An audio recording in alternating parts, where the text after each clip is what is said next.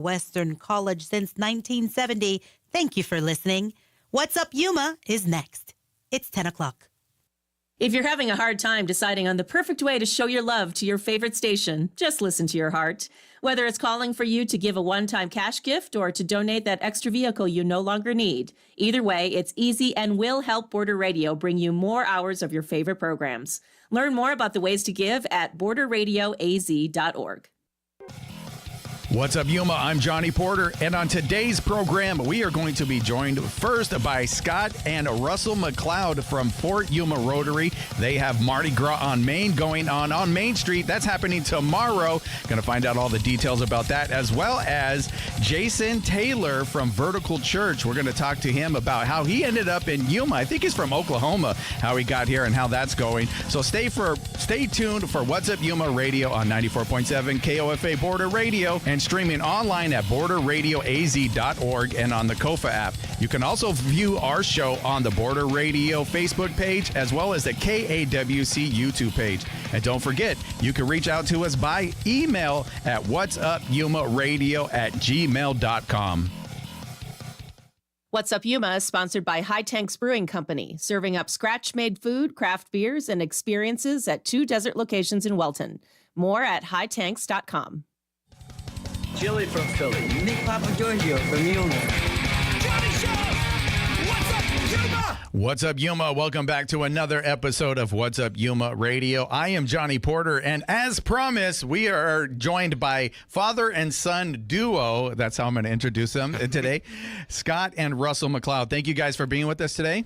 Sure. Happy to be here. And Scott has his uniform on, so he's accurate automotive attention. That's also what you guys are a part of, but you came here in the capacity of Fort Yuma Rotary. However, I do want to ask some questions because I had Scott on before, and now I got you on, Russell. But tell us a little bit about how you got started in the automotive business. Well, my dad opened the shop in 1969. Okay. And so the next summer, he put me to work. 12 years old. 12 years old. 12 years old. I was sweeping floors, mopping floors, helping the mechanics sometimes, and running parts on my bicycle. So was your dad always a mechanic, or? Yes, that was his trade. Yeah, that was his trade. So he's been doing it for a long time, and then he decided to go out on his own. Was he working for somebody else here locally before that, or? Yeah, he worked for both the Ford and Chevrolet dealers. When he opened his shop, he went right next door. The Ford dealership at that time was on the corner of 15th and 4th. Mm-hmm. And it's the Saguaro Foundation now. Oh, okay. Yeah. That was the Ford dealership. That was a Ford dealership? Yeah, and he just moved right across the street and opened shop. Okay, wait a minute. Now I need to know if there's any pictures of this. Is it back in the day? Do you know? Do you have any? I don't personally have them, but I'll bet my sister does. Okay, you got to ask your sister about that. I want to see that. That's pretty interesting. Clark Ford. Ford. Back in the day. So your dad worked over there, and then one day, do you know the story? He just decided to kind of go out on his own? Well, he had opened a shop in Winter Haven, actually. Some years before. Okay. He had a partner, and it didn't go well. Mm-hmm. And so he spent years paying off debts from that. Is it one of those places But he always wanted to open his own shop. Is it one of the ones that are still there on that main drag in Winter Haven? No. Okay. It was right next door to the volunteer fire department. Okay. I remember when I was a small kid playing on the ramp where they'd lay the hoses to dry them. Mm-hmm. And he'd always wanted to own his own shop. So he just took his time, rebuilt his resources, and ended up opening that location. It was just a ugly green tin building on the corner. Mm-hmm. When he first got started. Yeah. And actually, when he opened the place up and started cleaning it up, he was pleased to find out that the floor actually was concrete. Mm-hmm. Because there was so much dirt on the floor. You couldn't tell. It had been a farm shop. Oh, gotcha. So, in fact, behind there, where we actually now do all of the work on vehicles, it was just a dirt lot with some old farm equipment and huge tumbleweeds, and it was the building now is support. It's just offices, waiting room, and parts room, that kind of thing. We don't even work on cars in the original building. Yeah, so then he has to have some tenacity and some stick-to-itiveness to go through something, like you said, what he went through with a failed business with a partner and stuff, and to pay off all the debt and to start all over again. Yes. Is that the gentleman I'm speaking of? Is that your dad? Yep, that's it. Yep. A lot of, I can remember, I was old enough, to remember, I mean, long hours. He'd go to work in the morning early and get home late. And he put in the hours, that's for sure. Mm-hmm. Long, hard struggle for him, but eventually, he built his business.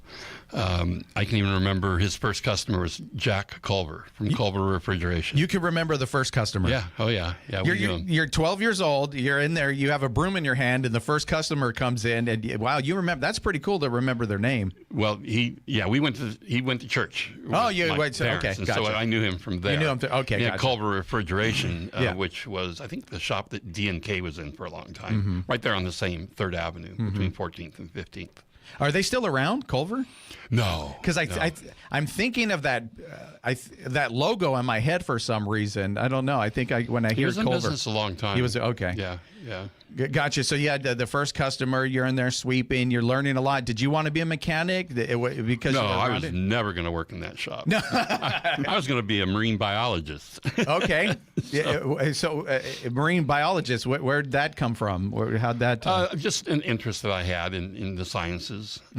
So that, or I thought about nuclear engineering. That's kind of what I thought I would get into. One of those two, but life had different ideas. Yeah. So Funny how that happens. So then you worked there for quite some time, from 12 on, or? Yeah, from 12, and then after I graduated high school, I went to U of A first semester and found out I hadn't learned how to properly study because school had always been easy. Mm-hmm. And then you hit college, and of course, I put in for advanced courses there like I did in high school. And it was a totally different thing. It was a disaster, yeah. And so Dad was opening a machine shop, and he wanted me to run the machine shop for him.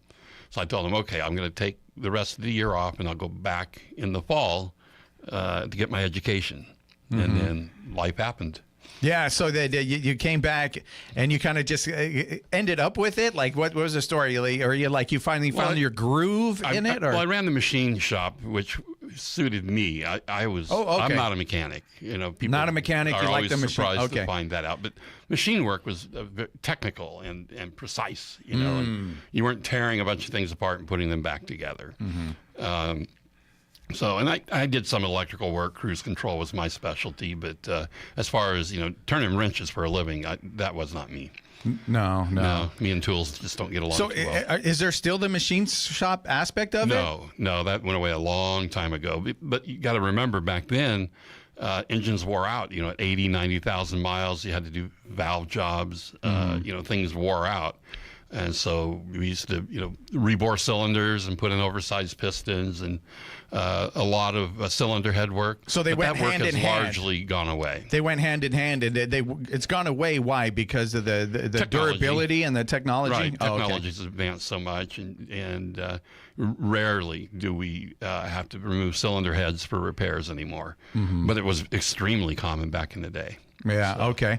So then, it went away, but then you ended up with the shop anyway. So how'd that happen? Well, in my mid-20s, my dad took us all went on vacation, family vacation. We came back, and things had just gone horribly wrong with the guy he had trusted to run the business for him while he was away, and so he had lied to customers, and it was really bad. So he let that guy go and told me, okay, you're writing service. And so I just jumped in and started writing service when I think it was about 24 or 25. About 24 or 25? Yeah. Yeah.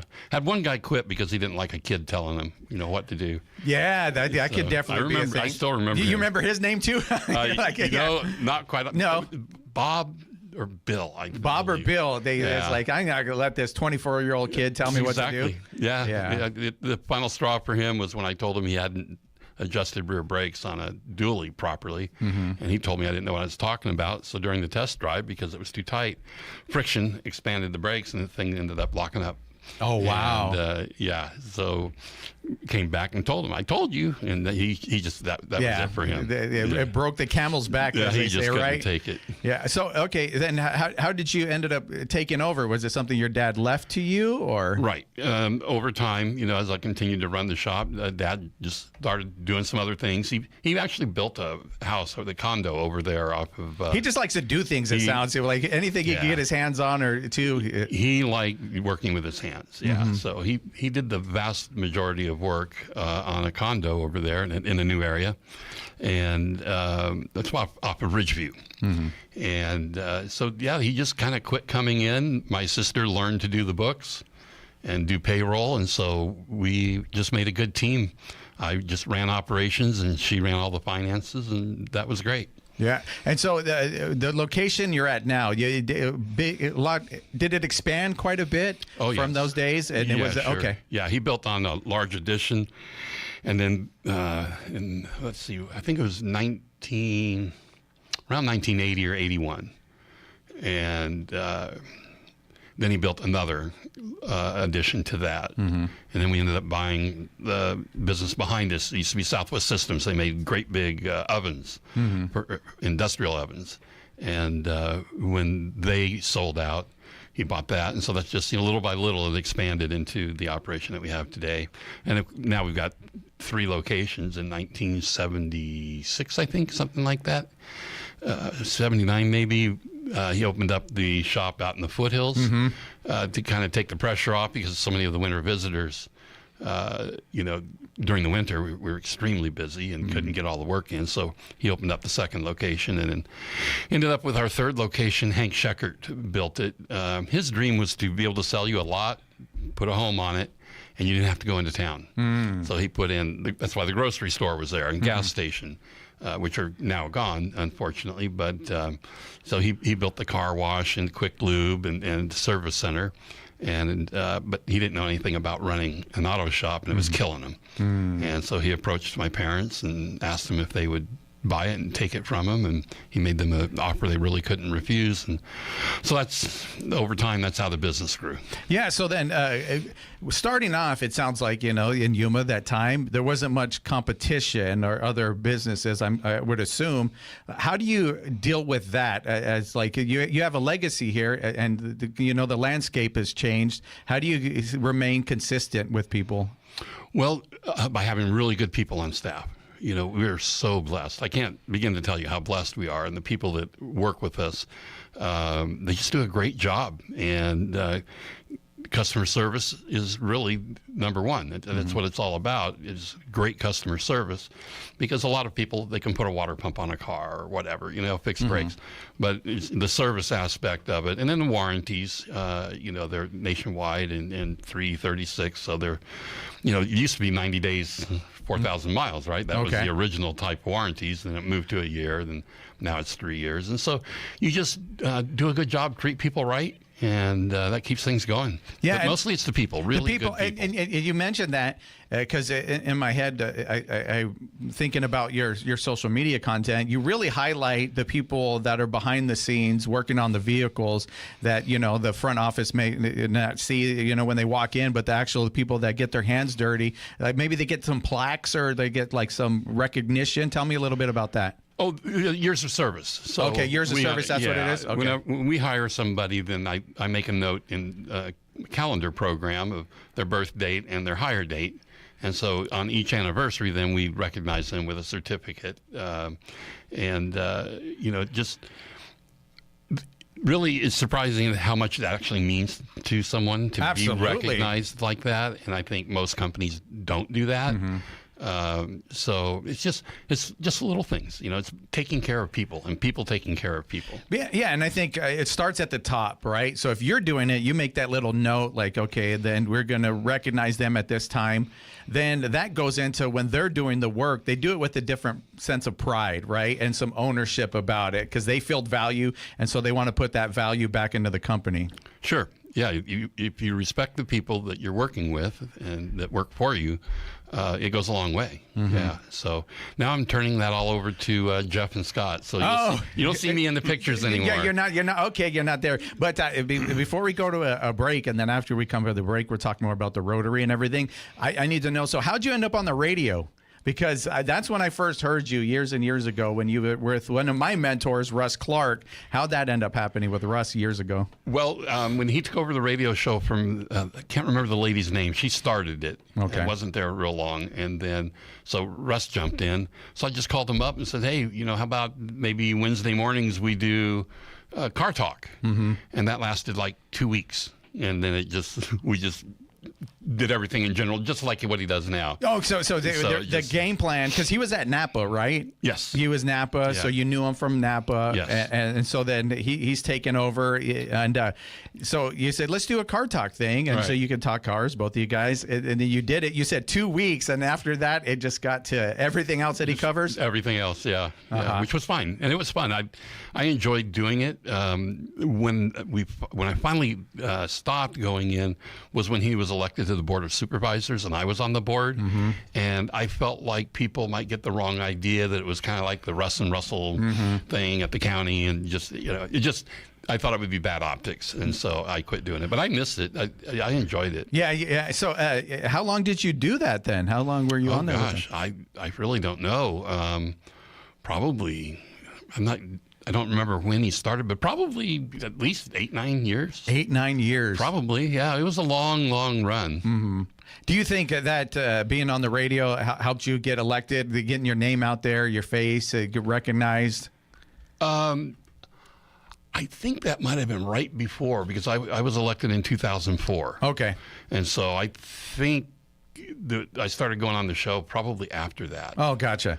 So you're doing that for quite some time, but obviously on the radio it helps you with communication and everything. You're learning. You're talking to I know to Russ, but also a great amount of people, and you love it. You miss it, and it's I don't know how much longer Russ has over there, because I heard that the building was sold, but Right. It is great, and I just want to say he's a mentor of mine and the reason why I'm here. So it's pretty cool to be able to talk to you and how you guys got started, because I remember listening to you guys. So Oh, yeah. yeah, absolutely. So with that, we are going to take a break, and we'll be back, and we'll talk a little bit about Fort Yuma Rotary, all the cool things they do. And they got a really cool one coming up Friday that I'm going to be hosting. It's Mardi Gras on Main. We're going to do that right after this. And yeah, we're going to get to you, Scott. I know you're over there being quiet. All right. We're going to do that right after this. You're listening to What's Up Yuma Radio right here on 94.7 KOFA Border Radio.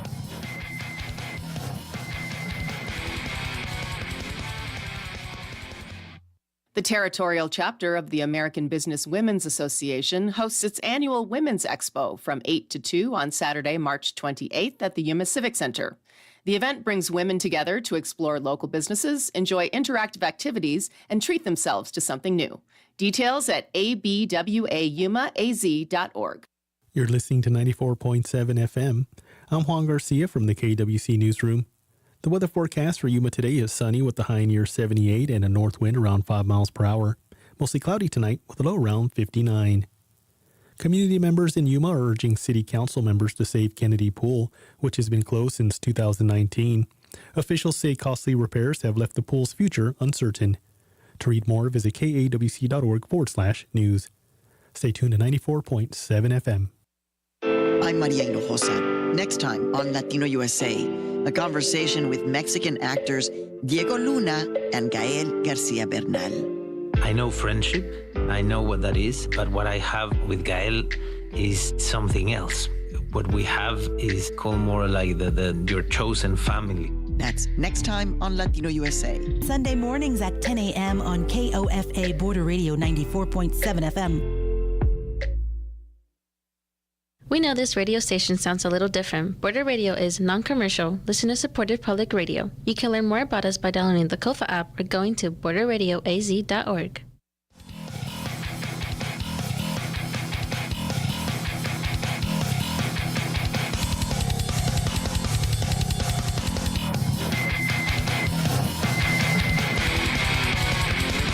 What's up, Yuma? Welcome back to What's Up, Yuma Radio. We are here with Scott and Russell McCloud, and now we're going to get into a little bit about Fort Yuma Rotary. That's the capacity that you're here today. How long have you guys been members of this particular Rotary?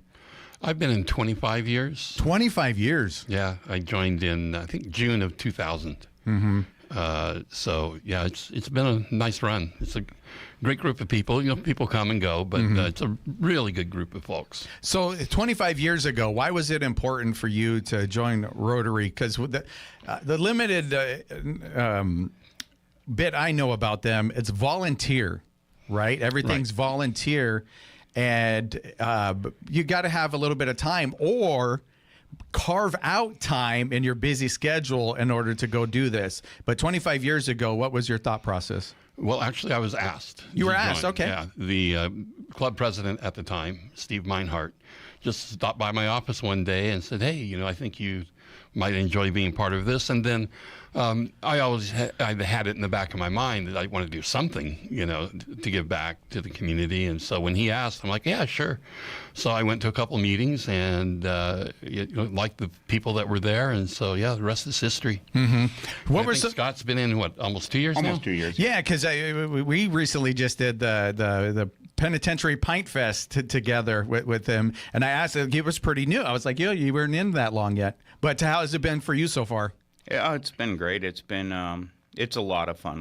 I mean, in all honesty, it's a volunteer program, and you wouldn't think fun goes with that. But one of our club mottos is "We are the fun club," and we have a lot of fun with the stuff we do. We just somehow, working a project. We did a service project at a local school a couple weeks ago, where we painted a Connex box and helped set up a bike track for them, and built and bedded a bunch of planters, like large planters Above for ground. the agriculture, for the agriculture class. And I mean, it was 6-8 hours of work, and we had a blast, laughing, joking the entire time. We just made a fun time out of it. Yeah, I saw the pictures, and so I'm glad you brought that up, particularly because you put on these events like the event you're going to have, and it's to raise money so you could do things like that, correct? Exactly, yes. All the events we do are to raise money for our service projects and for our the other thing behind the scenes that a lot of people don't see is our scholarships. I think we're going to do, 20 plus scholarships this year I think alone? so this year, yeah. It's grown. Yeah.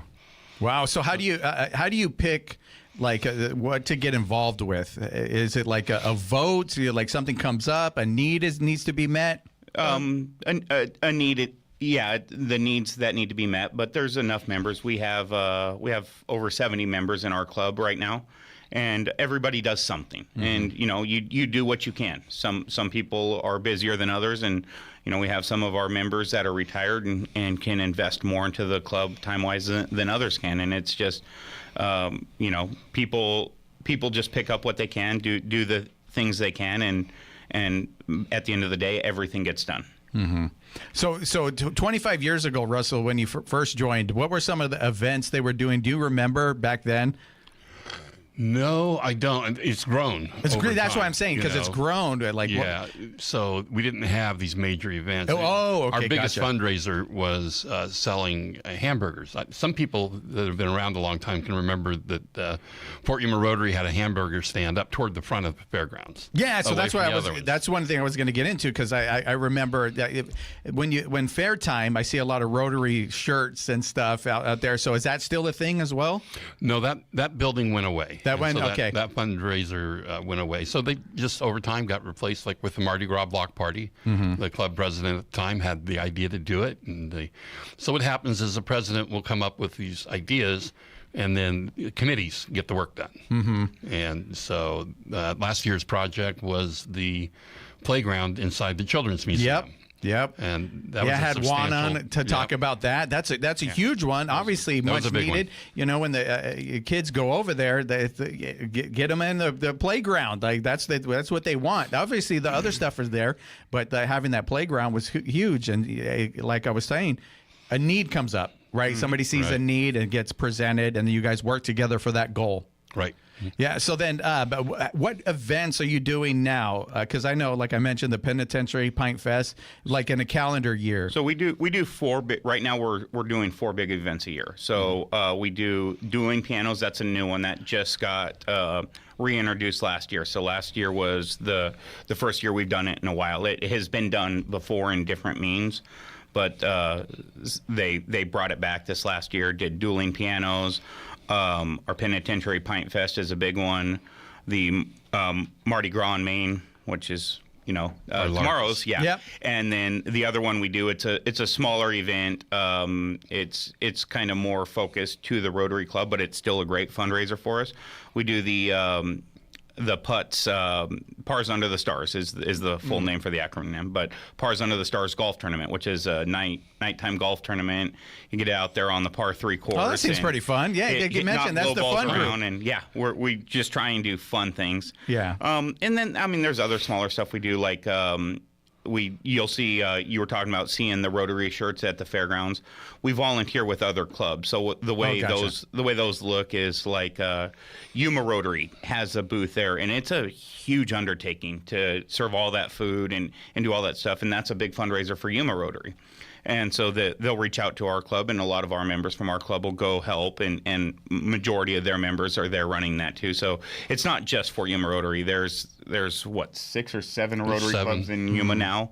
So they're all wearing the same, it says volunteer Rotary shirts. And we do other things as well, like Downtown Merchants did that event a couple weeks ago on Main Street where the agriculture event, and a group of us were down there selling beer. And Downtown Merchants actually pays Rotary. They donate to Rotary for the time we spend serving. Okay.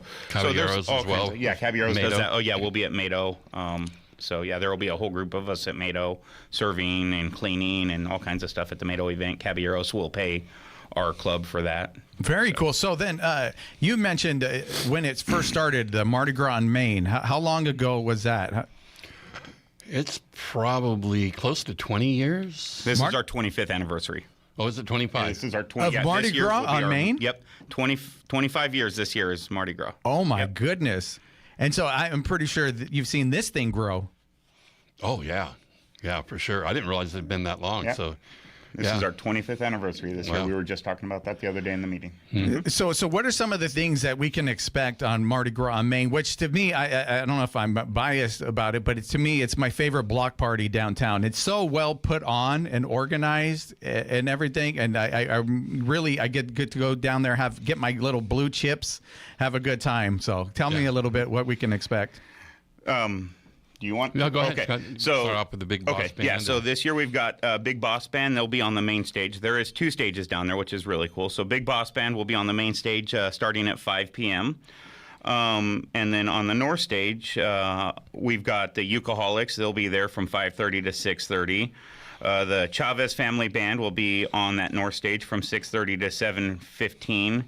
And then the I'm always going to butcher this. Zarmina Belly Dancers will be on the north stage from 7:15 to 8. And then our main entertainment is Eric Sage's Ultimate Rock Show.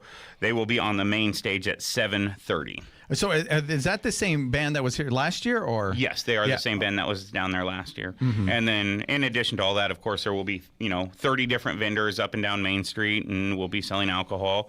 On the there's also the Chavez Family Band. Oh, the Chavez Family Band has 2 different times. Yes, I apologize. They'll be back on the north stage at 8 o'clock to 9:15. Mm-hmm. Sorry about that. And then the other thing I do want to reiterate, this is a free event to attend. There is a family area on the north side over near the theater. There will be jumpers and everything for the children, and that's all free to attend. Yeah, and that's always nice to have the jumpers for the kids to go over there and they could burn off some energy, right. you know. Yeah, take them there. I'm tired of walking around. It's like, okay, go over here. Like, yay, you know. Yeah. So that's always definitely important. And so the vendors, so it's free to go, but then with the vendors, they just charge what they charge. Yeah, they just charge their prices, and they're food vendors. They sell. We've had people that sell soaps and candles, and Girl Scouts will be there selling cookies. I know Humane Society has a booth. They're actually raffling off a side-by-side. These are just a couple of the vendors that I've had personal interactions with. I can remember off the top of my head. So, but yeah, there's just going to be a whole plethora of different food vendors, different products to sell. I know people will be selling beads. Fort Yuma Rotary will also have their booth set up there, so information about the club, and we'll be selling some pretty cool beads there as well for you Jeep fans. We bought a whole bunch of duck beads. So. Oh, very cool, very cool. So is this the first time there's 2 stages? No, we've always had 2 stages. We've always had 2 stages? Oh, wow. So, yeah, that's cool. So you just get stuck in the beer area. VIP, yeah, that's what I meant. Okay. That's where I hang out. Yeah, so how does VIP work? Tell everybody, because it might be sold out now, but how does that typically work? So once you arrive, you can go to the Fort Yuma Rotary booth, and if there is still tickets available, you can purchase tickets for the VIP booth. They are $125. You absolutely cannot get into the VIP booth without the wristband, and you do have to be over 21 to enter the VIP area because there is alcohol flowing in there. And then you get your chips, and you get you get food and drinks with the use of your chips that you purchase for the $125. Yeah, so then you can't do this without having some great sponsors. If you want to mention some of those right now, feel free to do that as we wrap up. You can name some of them. Yes, absolutely. Our major sponsors this year are Alexander Toyota, Burgers and Beer, and Carness Law. So huge thank you to them. Absolutely would not be possible without them. Also, a couple of our other sponsors that I would like to mention real quick is on Vita Health, The Best Taquito, who, by the way, is providing the food in the VIP area. So if you want great tacos, yummy, you got to get the VIP tickets. Chapman Chevrolet, GCE Construction, Yuma Imperial Valley Wealth Management, and Eldorado Broadcasters. Very cool, very cool. So it's absolutely free to go and attend, have a good time if you want to get in VIP, which I'll be hanging out there. And then off and on, heading up on stage and thanking our sponsors as Johnny, well. We're trying to get them in VIP, not run them away. I know. Okay, no, I'm going to behave, I promise, anyway. But thank you guys for being on today and representing Fort Yuma Rotary. And thank you so much, Russell, for letting me dive into a little bit of history. And it's also always fascinating for me. So, and I really appreciate that. And with that, we got to go to a break, and we'll be back with Jason Taylor from Vertical Church. We're going to do that right after this. You're listening to What's Up Yuma Radio right here on 94.7 KOFA Border Radio.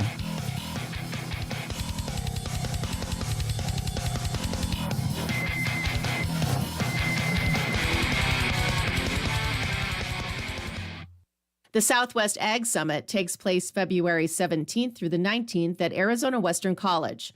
The summit brings together growers and industry leaders from across the desert Southwest for presentations on irrigation, produce safety, and emerging agricultural technologies. More at yumafreshveg.com. Welcome to KAWC's The Hotspot. Produced by the KAWC Student Newsroom, we look forward to bringing you news that matters to Yuma and La Paz counties. This week, we spoke with local ICE protesters and a statewide organization who advocates for rural communities. This show is available as a podcast or online at kawc.org under the Shows tab. Bringing the heat to Yuma and La Paz, it's The Hotspot. What's Up Yuma is sponsored by High Tanks Brewing Company, crafted in Welton, inspired by the desert, offering scratch-made food, handcrafted beers, live music, and experiences like farm tours and glamping. Location information, the schedule of events, and details on the range of options to be enjoyed are at hightanks.com. For KAWC News, I'm Cisco Stargazer, Education Solutions Reporter. This summer, the City of Yuma is launching a new civics education program for Yuma youth. From June 2nd through July 14th, 20 high schoolers will be learning close hand how local government works. Jen Miller, communications manager for the city, explained. Yes, we're really excited to offer this. This is our first ever City of Yuma Youth Government, and it is a free 6-week summer experience, a leadership experience for high school students. They'll be incoming juniors and seniors for this next year to have the opportunity to go behind the scenes of the city and learn all about how the city works, how different departments operate day to day, and also have the opportunity to learn how they can make a real difference in their community. Since spacing's limited, students will need to apply by February 28th. Just go to yumaaz.gov/youthgov. Applicants must be entering 11th or 12th grade next school year and live within the city to be eligible. For KAWC News, I'm Cisco Stargazer. This is folk singer Michael Jonathan. It's a very special Wood Songs with Grammy-winning member of the Blues Hall of Fame, B.B. King Entertainer of the Year, and one of America's blues icons. It's Bobby Rush for the whole hour. Have you ever been mistreated? By someone you showed enough love? All on this week's broadcast of the Wood Songs, Old Time Radio. Tuesday evening at 7 on KOFA Border Radio 94.7 FM. I'm Mike Suba, and I'm a big supporter of KAWC. You're getting a great source of information about our community, about the people that are working and living here, and you start going, you know what, this is really a valued service. And that's the great thing, is you've got a partnership here. And I'm a big believer in partnerships because the one thing I realized early on in life, I can maybe do a lot of stuff on a very limited basis, but when I start partnering up, it's amazing what we can do when we pool our resources. And so I hope that when people are listening to the station, enjoying the news broadcasts and the entertainment shows that are being presented, that they realize that you're not only the end user and enjoying what's being broadcast to you, but it can be a partnership too, where you can participate, like I've discovered I can do, and help get this service, enhance it, and provide even better programming. I'm Mike Suba, and I support KAWC. Bopping to the new beats heard around the world, or relaxing to the tunes of Memory Lane. We are your non-commercial source of music. Run by volunteer hosts, this is KOFA Border Radio, 94.7 FM, 1320 AM, on the COFA app, or at borderradioaz.org.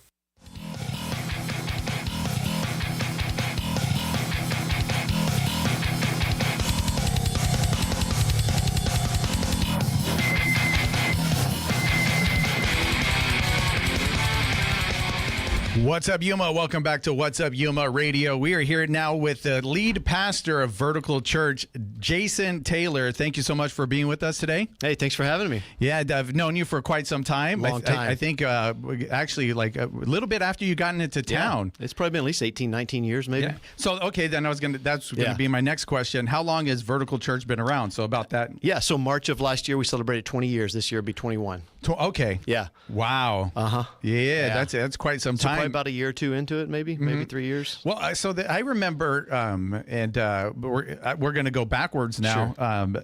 When you first got here, I think you were at a school or something? Yes. Or okay. Yeah, so we started in our house, and then we moved to Desert Mesa Elementary. Okay, so in your house. Yep. Okay. How long were you in the house for? Oh, it was just a couple of months. It was basically just to build kind of a team, maybe some Bible study type stuff. And it was interesting because, people didn't really, like, hey, come to my house. It's like, who are you? I'm brand new to Yuma. I did what's called parachute church planting, which is not recommended, but somebody has to do it. Yeah. So you parachute in and you don't know anybody. Yeah. Not everybody does that. Most people plant within about 90 miles of where they grew up or people they know, stuff like that. And so I parachuted in, felt God calling us here, and stayed in the home for a few months. And then our first public service, the end of March of 2005 at Desert Mesa Elementary. Okay. So then let's go way back. You Sure. said 90 miles from home. Where is home? Yeah, Glasgow, Kentucky is where I grew Kentucky. up. Okay, Yeah. there we go. Yeah. I knew it was somewhere over there.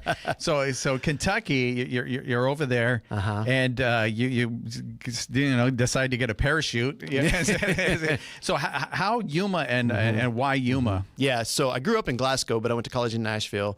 Married my wife. We went to Illinois. That's where we started ministry, was in Illinois. Yeah. Okay. You started in Illinois. Yeah. And so always wanted to be a minister, or raised in church type of thing? So raised in church, but at the age of 15, felt God just impressing upon me to be a preacher. So like a calling, they would say in the church world. I love that you do that for people that maybe don't have the context for it. So you feel a calling. Yeah, not like you pick up the phone, but just no. To describe it for people not in the church world, it might be like just an impression. You like for people who like they know they got a dream in their heart. Yeah, I believe this dream was from God, and to preach was my number one calling, number one dream. And so at age 15, I started preaching in Kentucky in churches as a You teenager. started preaching at 15? Absolutely, yeah. So what's that like to go up in front of a bunch of people that are a lot older than you? I bet. Terrifying, yes. Oh, man, yeah. The first message I preached, like I said, I was 15 years old, and the next day I went to school, and I went to my lunch table in high school, and the guys that I normally sat with started singing Amazing Grace to make fun. To tease? Yeah, Oh, I mean, they were not, they were cool guys, but it was like, I was like, okay, guys. Yeah, I get it. You know, and then, like the coach, the football coach would call me Reverend and stuff like that, but that was my calling, and just went into Bible college after that, then went to Illinois in our first youth pastor job. That's what I was as a right out of college, and that's what I wanted to be, was a youth pastor. Okay. Yeah. Okay. So well, you started as a youth, and then you kind of grew up in this thing. So early on, when you're doing this, you're 15 and you're preaching. Is it like teaching? Is it basically like teaching people in the church about the Bible, stuff like that? Well, when you're 15, they usually don't let you loose on a Sunday morning. It's with the big crowd. Yeah. And in those days, they had Sunday morning, Sunday night, and Wednesday night church. So which one would you get? Sunday night. Sunday night, yeah. Less crowd. Yeah. And so it was every now and then. It was like, and in Kentucky, if you said, hey, I think God's calling me to preach, the pastor would literally be like, when are you preaching? Like no training, nothing. Oh, okay. So, and he really didn't help me out. So all I knew was the context of what everybody else did. So I just wrote a message, went up there, and delivered it. And in the moment, it was, I wrote it out word for word, I remember, on yellow sheets of paper. And I had like 30 of them. And so I didn't read it, but it was like, you got thoughts. And then I spoke, but I looked, and it was kind of but I didn't know anything about an outline, really even interpreting the Bible in a real good way. It was just what I grew up in. And so that's how I cut my teeth. It was just kind of thrown into the deep end of the pool to swim or sink. That was it. So then, so you mentioned in Kentucky, this is how they do it, right? That's right. It's like, That's right. I want to do it. Yeah. All right, you're on, and 5 minutes. So is that... the term Bible Belt, is that part of the Bible Absolutely. Belt? Oh, yeah. okay. So and that's why they would say, hey, if God's called you to preach, you go out in the woods and preach to a tree if you have to. There you that's go. Kinda, yeah. And see, I have no other than movies that frame a reference for that. You know what I mean? Like, so that's definitely, I had a different culture, but then I guess when you said that, I could put the two and two together. It's like, I'm going to preach. Well, let's do it. This is what we do around here, son, or whatever. Yeah, that's it. That's right. It's like, this is it. So then you said you went to Illinois. To Illinois. I don't know if there's an S. Yeah, there's an S, but it's silent. Yeah, I was like, I just caught myself real quick. So you went over there as a youth pastor? Yeah, so right out of college, I got a degree in youth ministry and Bible. And so me and my wife, we moved there, and I was full-time at a church there. It was right actually outside of St. Louis. Not East St. Louis, but east of St. Louis, I guess you should say. And a place over there in Illinois called South Roxana, and we were there for 5 years. And it was while I was there that God began to, again, put an impression upon me, a calling to start a church from scratch. Like, in other words, like, and I never wanted to do that, because that means no people, no money, no support. Like, it's like no building, no seats, nothing. It's like you just go. Like, what does that mean? Yeah. So it's another one of those moments, where it's like, are you going to do this or not? Just risk, everything for Jesus, and is he going to show up? Kind of thing. And he had in my past. So, past behavior, I'm thinking, well, God's going to show up. So I'm just going to take a leap of faith. So if you could base it off of that, like you said, this past, it's like, well, this has happened, and 2 + 2 = 4 in this. So I'm going to continue to do it. That's right. So you're doing that. Did you have to go back to school for that? Or No. So what you had to do is, learn though. From, some people say, like, you go to seminary, or you can learn from seminars, kind of thing, or conferences or books. So at that time in the early 2000s, church planting wasn't as in vogue as it has in the last 26 years. Probably there was not a lot of training, not a lot of conferences, not a lot of things around it. But then there began a movement within Christianity to say that the statistics show that brand new churches reach more people than established churches. They just do. So if a new church pops up, it's going to reach new people. More people are going to come to Christ for the first time, realizing the gospel, as opposed to an established church that's been there for a long time. And then it raises kind of the level of other churches in that town too sometimes. And so there's just not enough churches in certain parts of the world and places. And so that was when I just started reading everything I could. I got like a coach, that had planted a church to kind of teach me some stuff, and just went out. And then I started raising money to kind of support, like a missionary, we would call it, to get support, to raise, so that, because it would be my job, I have to support my family. And so that's how we kind of did it. And then, there's a story behind choosing Yuma, of course, but that's what we're going to get to. Yeah. So how Yuma? Let's do it. Might as well get into it right now. Like, no problem. You threw a dart at a map or something, or no. Okay. So I knew God wanted us to go to a place through prayer and fasting that was not a lot of evangelical churches and churches that believe the Bible is the Word of God. Jesus is the only way to heaven. Not per population. Per capita and also per growth. Okay. So I knew that I didn't want me to go to the Bible Belt, for example. Yeah, there you go. go. So where I grew up in a county of 38,000 people in Kentucky, there's like 230 some churches. Yeah. So people are like, man, there's so many churches in Yuma. Well, at that time, there was like 45 churches in Yuma. So you did some research. Absolutely. Okay. Demographically. Demographic. So about 30 places.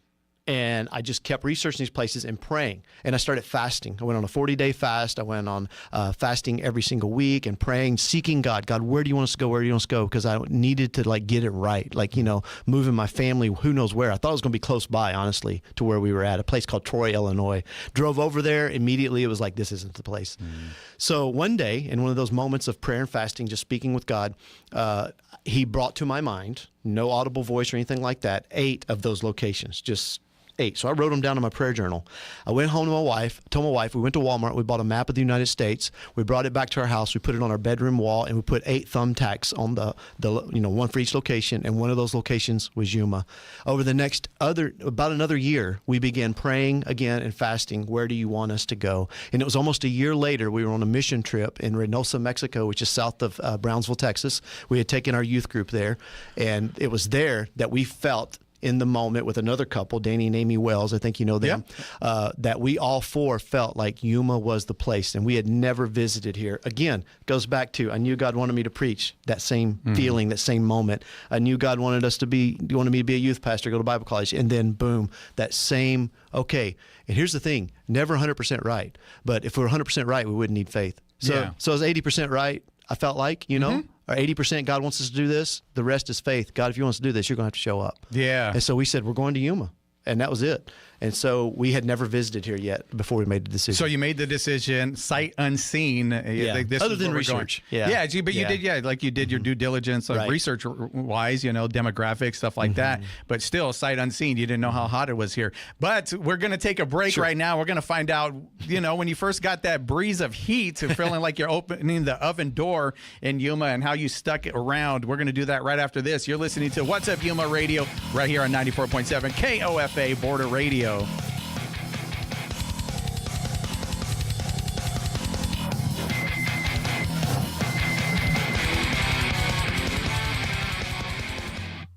You probably subscribe to many things today, so why not subscribe to Border Radio?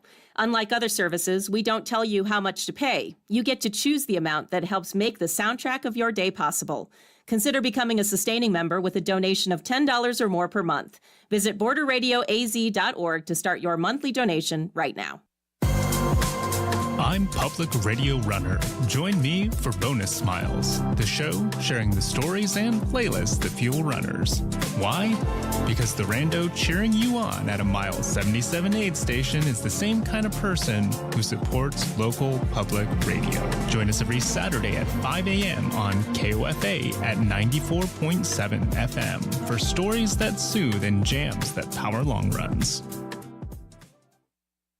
The weather forecast for Yuma today is sunny with the high near 78, mostly cloudy tonight with the low around 59.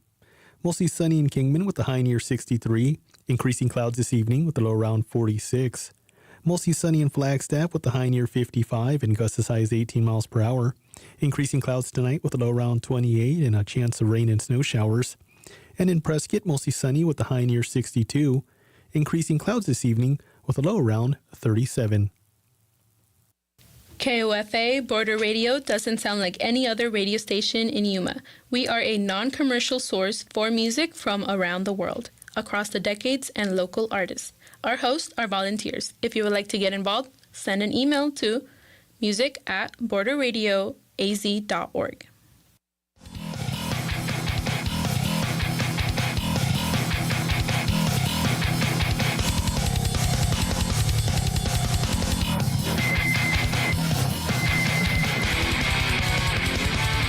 What's up, Yuma? Welcome back to What's Up, Yuma Radio. We are here with Jason Taylor from Vertical Church, and we got to the point where it's Yuma. That's where you're going to end up. So you get here. It was sight unseen. You come here. What season did you come in? Was it summer? Was it fall, hopefully? Or when we moved, it was the end of October. End of October. Yeah. Okay. So not bad. Yeah. Not bad. Now, not we bad. had visited it in the summer. Oh, you did? Check it out. Oh, you did? We end up visited in visiting. January, and then we came back in the summer to visit. Okay. Before we moved. Of course, you have to visit a couple of times. But now, we made the decision before we ever came. Gotcha. Yeah. So, Yeah. but dealing with the summer, was that like, oh my goodness, Yeah. was that difficult for you? Well, that first summer that we visited for like a few days, we actually were driving from Phoenix, and we got out at the rest area up on Interstate 8, and my daughter was 2 at the time, and she got out, and the heat hit her face, and she goes, "I don't like it." Yeah, that's exact words. Yeah. So, but then, of course, we stayed through the winter, and we're like, this is great. And then summer comes, and that first summer, I remember that May, we were setting up the church because we were portable for many years. And I was like, oh my goodness, it is so hot. Setting this church up and tearing it down every single week, chairs, everything, sound system, all of that in the back of a trailer, pulling it to church, pulling it to the school every single week. Yeah. So we just dealt with it as everybody does. And now, your brain's fried and you just get used to it. That's it. You just got to fry that brain and keep on keeping on. Now I have a jacket on. It's going to be, 80 today? I know, right? So then, so you're doing that the early days. You start from your home, like we said. Then you get to the school, and you start to establish. How'd you do it in those early days to get kids? What was the early days like? It don't work like that. It's not build it and they will come kind of thing. So you have to, we established early on that God wanted us to be a church that was going to be in the community for Yuma, for the city of Yuma, and not just a church that, one day if Vertical Church were ever to go away, I would want people to be like, man, we missed that place. What happened? And that was 20 years ago. And it all started really with a bottle of water, Johnny, because we started going, my family and I, to events. Battle of the Bands was one of the first ones early on, years and years ago. In fact, our first worship pastor was playing at it. He didn't know it yet in Uproot, and we handed out bottled water, free popcorn. And, my kids were still small, and we would go to like Fry's grocery store, hand out bottled water, give people invitations. And it would say something like, we just want to show you guys love in a practical way. Name of the church, where we meet at, service location. And, we just kept building people. And the first week we opened, we had 54 people. The next week we had 25. And in 3 months, I successfully grew it down to 18 people. It doesn't sound successful, but obviously now, I think, how many people now? About 2,300 to 2,400 people on the weekends. On the weekend. So Saturday and Sundays, And so then obviously that 18 ended up starting to multiply and stuff. And then, so growing that, you said you want to be part of the community. And I know one of the things that you say is the hands and feet of Jesus, right? And so, and that's what kind of I like. That's what I would kind of go more towards. This community show, I want to highlight people in the community doing good stuff for the community. So you started with water bottles. Then what did it progress to? Yeah, so it was a regular thing, water bottles. Then we would just go knock on doors, hand out half gallons of milk, free eggs, free bread, things like that, just randomly. Not like wanting anything. Obviously, we would give them like the God bless you kind of card, and it had the church name on it. And then it just it became even bigger. So every single year for at least 10 years, we've bought 650 Christmas presents from McGraw Elementary. Every student gets a Christmas present from Vertical Church every single year for the last 10 years. We bought them shoes. Every student in the school got a pair of shoes. We have Power Pack Yuma that many churches are involved in, but was started with Vertical, where students who rely on the free or reduced lunch program every single week, they are fed by churches in our community. Vertical Church, one of them. We have a couple of schools. It's progressed to Vertical Prom, where we have a prom for people with special needs, ages 14 and over. Just bigger things, car washes. Like we go to Magic Mist and we pay for everybody's car washed one day. just practical ways, to show God's love. And again, it starts small acts of kindness, and it just progresses. As you grow larger as an organization, obviously you're able to have more people. Handing out bottled water became a thing where if we go to a Fry's on a Friday night to hand out bottled water, we're done in 10 minutes because all of us, so many people, we could hand out like 10 cases in 10 minutes. So it became like, what can we do bigger kind of thing, And so that's it. And then just multiplying ourselves into the community through other congregations and stuff like that. So then you're growing, and part of growing, more resources, right? So that they're not just people, but you have money to be able to do things. And then, so how did you come up with, buying shoes? Like, how did those things, like, was it a need in the community? You heard somebody, maybe somebody in the congregation said, hey, how about we do this? Well, so McGraw Elementary is right down the road from Vertical Church. And so when we started the Power Pack program, we want every church that does Power Pack to adopt the schools. And so we developed relationships with the principals. So we've done stuff for even the teachers there and stuff that is not spread out. But anyway, we begin like, what else can we do besides Christmas gifts? What else can we do? We fed Thanksgiving meals to all the students that were in the Power Pack program, families, stuff like that. And so it's just one of those things. I had heard of a church across the country that did it one time, and I was like, that sounds great. Yeah, I didn't come up with it on my own. I don't come up with anything on my own. But anyway, what's Ecclesiastes? Nothing new under the sun, right? There you go. Yeah. So I just I was like, man, that'd be great if we could do that. So we found a shoe company that does it, and that helps you do that, and it was just one of those things that we were able to do. And so now, even the Vertical Church maternity home, we're working on right next to the Vertical Church to open up in the near future, hopefully by the end of the year, to house women who are in crisis pregnancy, who want to keep their babies and don't know what to do. And we're going to be housing them and helping them, not just spiritually, but always, all kinds of ways, holistically, you know, and deliver that baby, and that baby even live there for, maybe a period of 1 year to 2 years or whatever, get them back on their feet, help them get back into apartment, all kinds of stuff like that. Yeah, and you mentioned that because the one thing I was going to go to is the stuff you do with recovery and people in recovery. There's an aspect of that, correct? Well, yeah, we used to have a more recovery ministry every week, but yeah, we do have a recovery group. So there was a bigger thing, and then kind of now there's a group? Okay. Yeah, so it's a group, and there's quite a few people come, and a lot of people here. Most people on the street everywhere are in some type of recovery. Yeah. So, you look at Vertical Church, there's people say, there's a lot of people that are in recovery. I'm like, well, we're all jacked up. Yeah. But I was just saying that because then that kind of goes to to the maternity stuff. You're want to take people in, people that are struggling with something, right? Somebody that has a certain particular need. And so you kind of mentioned also, you're growing, and I said off air, we talked about like a church I used to go to, the Rock, that you had like something to do with that, because I don't even think Paul Mondrag was going to your church at the time, or he I don't know. He was. Oh, he was? Yeah. Okay. But you decided to help him start his own church, which you think about it, it's like, no, I want everybody at my church. No, you're like went and helped somebody get started. Tell me a little bit about that. Yeah. So honestly, in Vertical Church's history, we've helped start at least one church a year across the United States. So not just in Yuma. We've always been a church planting church because that's what we were. And so Paul and I have been friends, and he started coming to Vertical, and, he was there just being a part of us for probably 6 to 8 months. And he's like, I feel like God's called me to start a church, which was on his heart for a long time. I knew that. And I was like, hey, whatever Vertical can do, I'll stand up on a Sunday and say, anybody wants to go, go. And he's like, are you serious? I'm like, yeah. And that's what we did. And so I don't know how many exactly went. I say at the end, probably maybe, the people he knew, because Paul's very influential. He knew a lot of people, been here for many years. That's that whole parachute versus, being here. And I think probably a total, maybe 100 people from Vertical went out for that, and so they started the Rock. I think you were in the very beginning of that. I remember that over at KOFA.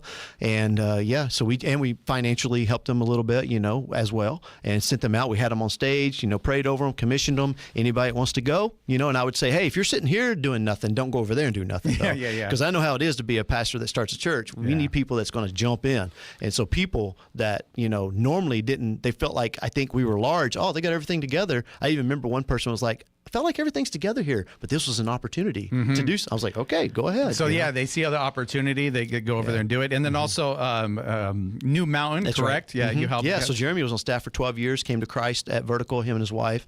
And again, 12 years in, I feel like I was calling us to start church. I'm like, Jeremy, that's great. Let's do it. And this was right before we opened our new building. And so he was very influential in our church. So that was probably like at least 100 people, maybe more, went over to help start that church. And of course, financially, we helped them for about a year and a half, I think it was, about 12 to 18, maybe it was just 12, I don't know, something like that, and anyway, so yeah, they're a great, vibrant church. The Rock's a great, vibrant church. They're helping start other churches, and that's the goal. You know? It just multiplies, absolutely. Right? It just kind of goes on. Yeah, multiply. You don't want just addition, Yeah. Yeah, absolutely. So let everybody know how they can find out. We're going to be wrapping up here about Vertical Church and some of the things maybe coming up in the church or some of the community events that you're going to do. So we just had our prom just last weekend. So cool. Yeah, it was great. But Vertical. And you said that's for special needs? Yeah, people 14-year-olds and up. Special needs. We do it every 2 years. So it'll be 2 years before we do it again. But I mean, our biggest thing coming up is Easter. That's coming around the corner, 1st of April. But we'll have 6 services. We have 5 right now. But yeah. And did you used to do something big for Easter? Like I don't know if that was where I remember you giving away like a PlayStation or doing something like that. No, we've done a lot of stuff. We did an Easter egg drop years ago. Easter egg drop. 60,000 eggs out of a helicopter kind of thing. It was crazy. I don't ever want to do that. No helicopters this year coming up? It definitely put our name on the map. I'll put it that way. No helicopters, no. So everybody find you, like how do they get you on Instagram and all that good stuff? Yeah, Vertical Church, The Vertical Church Yuma on YouTube, vertical.church website. So you can just search it, Vertical Church Yuma. Yeah, and that's the other thing after COVID, that became real big. You could watch the church service from your home, right? That's right, yeah. Yeah, very cool. Thank you so much for being with us. Thank you. I appreciate it, and let us dive into a little bit of that history. And with that, What's Up Yuma Radio is a production of KAWC, Colorado River Public Media. We broadcast from the studios in the Matador Activity Center at Arizona Western College in Yuma. We want to thank our engineer, Talon Gonzalez, along with Anthony Ornelas, Juan Garcia, and Dave Reek. You can find out more about KAWC at kawc.org, on Facebook at KAWC Radio, and at the KAWC app. Stay tuned following our program for KOFA Midday Music. And on tomorrow's program, let's see if I can bring it up in time right over here. We're going to have Ashley from the Chamber of Commerce coming on, as well as George Flores. He's going to be on as well. And you can listen to the podcast version of our program and check out past episodes anytime at kawc.org/podcast/What's Up Yuma Radio. All right, I got through it all. Thank you guys. Tomorrow we'll see you again. And thank you, Jason. I appreciate you. Thank you. What's Up Yuma is sponsored by High Tanks Brewing Company, serving up scratch-made food, craft beers, and experiences at 2 desert locations in Welton. More at hightanks.com. Thanks for listening to KOFA Yuma, whether it is on the radio at 94.7 FM or 1320 AM, or on your smartphone with the KOFA app, or on your computer at kawc.org. We are glad you have chosen us. Caballeros de Yuma presents Midnight at the Oasis, March 6th through the 8th at Desert Sun Stadium. Yuma's signature celebration of classic cars, the event features vintage and custom vehicles, live rock and roll concerts, food vendors, and family activities. Proceeds support local programs and scholarships. More at caballeros.org. BBC News, I'm John Shea. President